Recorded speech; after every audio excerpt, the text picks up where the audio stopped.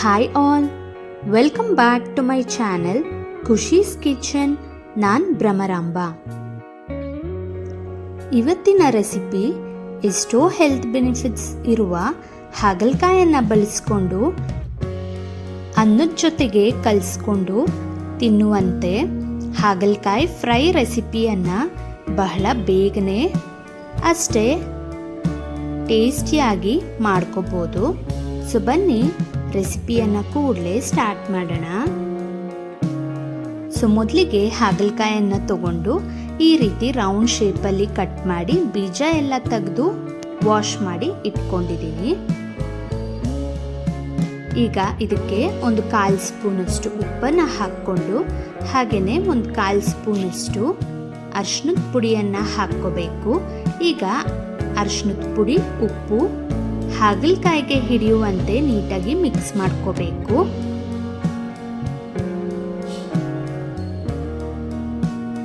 ಈಗ ಮಿಕ್ಸ್ ಮಾಡ್ಕೊಂಡಿದ ನಂತರ ಒಂದು ಪ್ಲೇಟನ್ನು ಕ್ಲೋಸ್ ಮಾಡಿ ಒಂದು ಅರ್ಧ ಅವರ್ ಬಿಡಬೇಕು.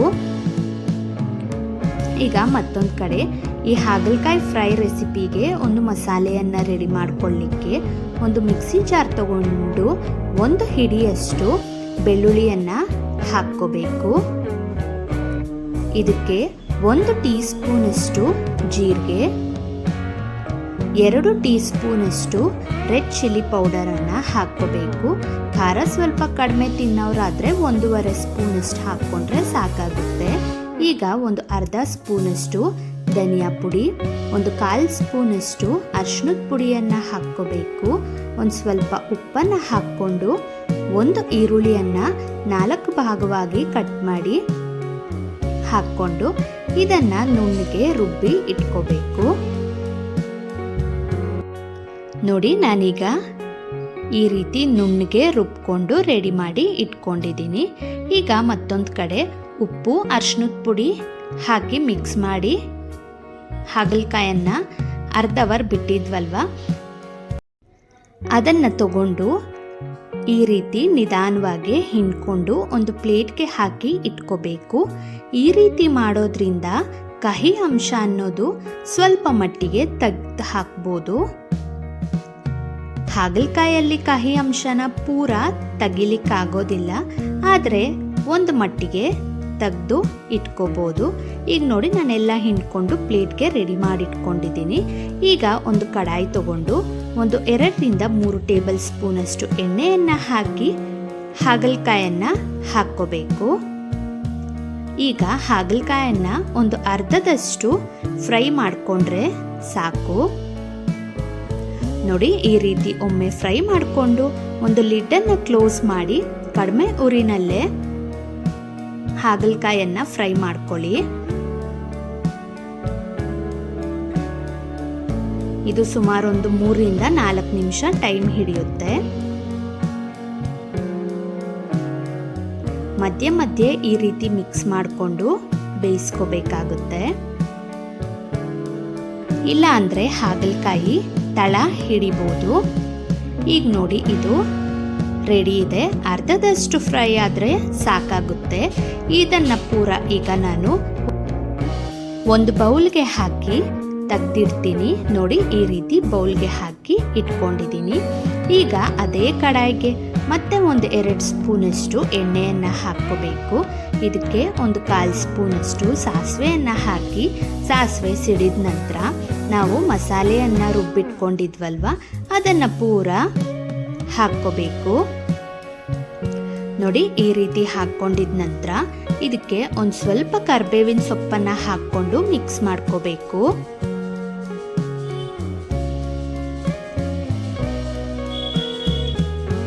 ಈ ರೀತಿ ಮಿಕ್ಸ್ ಮಾಡ್ಕೊಂಡಿದ ನಂತರ ಒಂದು ಚಿಕ್ಕ ಸೈಜಿನ ಹುಣಸೆ ಹಣ್ಣನ್ನು ನೆನೆಸಿ ಅದರ ನೀರನ್ನು ಹಾಕ್ಕೋಬೇಕು ಮಸಾಲೆ ಜೊತೆಗೆ. ಈಗ ಇದನ್ನು ಮಿಕ್ಸ್ ಮಾಡ್ಕೋಬೇಕು.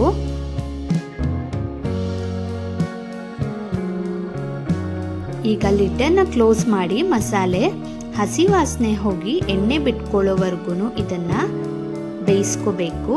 ನೋಡಿ, ಈಗ ಎಣ್ಣೆ ಬಿಟ್ಕೊಂಡು ರೆಡಿ ಇದೆಯಲ್ವಾ.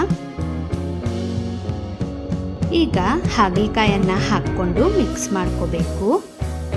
ಹುಣಸೆ ಹಣ್ಣಿನ ನೀರನ್ನು ಹಾಕ್ಕೊಳ್ಳೋದ್ರಿಂದ ಹಾಗಲಕಾಯಿ ಫ್ರೈಗೆ ಒಳ್ಳೆ ಟ್ಯಾಂಗಿನೆಸ್ ಕೊಡುತ್ತೆ. ಆಗ ಕಹಿ ಅನ್ನೋದು ಅಷ್ಟಾಗಿ ಗೊತ್ತಾಗಲ್ಲ. ಈಗ ಮಸಾಲೆ ಜೊತೆಗೆ ಮಿಕ್ಸ್ ಮಾಡ್ಕೊಂಡಿದ ನಂತರ ಒಂದು 1/4 ಗ್ಲಾಸ್ನಷ್ಟು ನೀರನ್ನು ಹಾಕ್ಕೊಂಡು ಮಿಕ್ಸ್ ಮಾಡ್ಕೊತೀನಿ. ಈಗ ಒಂದು ಲಿಡ್ಡನ್ನು ಕ್ಲೋಸ್ ಮಾಡಿ ಒಂದು 3 ನಿಮಿಷ ಬೇಯಿಸ್ಕೊಂಡ್ರೆ ಸಾಕಾಗುತ್ತೆ.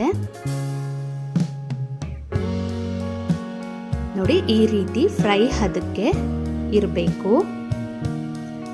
ಹಾಗಲಕಾಯಿ ಪಲ್ಯ ರೆಸಿಪಿ ಬೇಕು ಅಂದರೆ ನಾನು ಡಿಸ್ಕ್ರಿಪ್ಷನ್ ಬಾಕ್ಸಲ್ಲಿ ಲಿಂಕನ್ನು ಕೊಟ್ಟಿರ್ತೀನಿ. ಸೊ ನೀವು ಚೆಕ್ ಮಾಡ್ಬೋದು, ಅಥವಾ ಐ ಕಾರ್ಡಲ್ಲಿ ಮೆನ್ಷನ್ ಮಾಡಿರ್ತೀನಿ. ಪಲ್ಯದ ರೆಸಿಪಿ ಬೇಕಿದ್ರೆ ನೀವು ಚೆಕ್ ಮಾಡ್ಬೋದು. ಈ ರೆಸಿಪಿ ಅನ್ನದ ಜೊತೆಗೆ ಕಲಿಸ್ಕೊಂಡು ತಿನ್ನಲಿಕ್ಕೆ ಚೆನ್ನಾಗಿರುತ್ತೆ. ಸೊ ನೋಡಿ, ಈಗ ಒಮ್ಮೆ ಕೊತ್ತಂಬರಿ ಸೊಪ್ಪನ್ನು ಹಾಕ್ಕೊಂಡು ಮಿಕ್ಸ್ ಮಾಡ್ಕೊಂಡಿದ ನಂತರ ಹಾಗಲಕಾಯಿ ಬೆಂದಿದೆಯಾ ಅಂತ ಒಮ್ಮೆ ಚೆಕ್ ಮಾಡ್ಕೋಬೇಕು. ಇಲ್ಲಿ ನೋಡಿ, ಕರೆಕ್ಟಾಗಿ ಹಾಗಲಕಾಯಿ ಕುಕ್ ಆಗಿದೆ. ಈಗ ಇದನ್ನು ಒಂದು ಬೌಲ್ಗೆ ಹಾಕ್ಕೊಂಡು ಸರ್ವ್ ಮಾಡ್ಕೊತೀನಿ. ಬಿಸಿ ಬಿಸಿ ಅನ್ನಕ್ಕೆ ಈ ಹಾಗಲಕಾಯನ್ನು ಹಾಕ್ಕೊಂಡು ಕಲಿಸ್ಕೊಂಡು ತಿಂದರೆ ತುಂಬಾ ಸ್ಪೈಸಿ ಆ್ಯಂಡ್ ಚೆನ್ನಾಗಿರುತ್ತೆ. ಈ ಸಿಂಪಲ್ ರೆಸಿಪಿ ನಿಮ್ಗೆಲ್ಲರಿಗೂ ಇಷ್ಟ ಆಗಿದ್ರೆ ಕೂಡಲೇ ಒಮ್ಮೆ ಮನೆಯಲ್ಲಿ ಟ್ರೈ ಮಾಡಿ ಹೇಗೆ ಬಂತು ಅಂತ ಕಾಮೆಂಟ್ ಸೆಕ್ಷನಲ್ಲಿ ತಿಳಿಸಿ. ರೆಸಿಪಿ ಇಷ್ಟ ಆಗಿದ್ರೆ ಚಾನಲನ್ನು ಸಬ್ಸ್ಕ್ರೈಬ್ ಮಾಡಿ, ಪಕ್ಕದಲ್ಲೇ ಇರುವ ಬೆಲ್ ಐಕಾನನ್ನು ಕ್ಲಿಕ್ ಮಾಡೋದ್ರಿಂದ ಕೂಡಲೇ ನಾನು ಯಾವುದೇ ವಿಡಿಯೋ ಅಪ್ಲೋಡ್ ಮಾಡಿದ್ರೂ ನೋಟಿಫಿಕೇಷನ್ ಅನ್ನೋದು ತಲುಪುತ್ತೆ. ವಿಡಿಯೋನ ಫ್ರೆಂಡ್ಸ್ ಆ್ಯಂಡ್ ಫ್ಯಾಮಿಲಿ ಮೆಂಬರ್ಸ್ಗೆ ಶೇರ್ ಮಾಡಿ ಚಾನಲ್ಗೆ ಸಪೋರ್ಟ್ ಮಾಡಿ.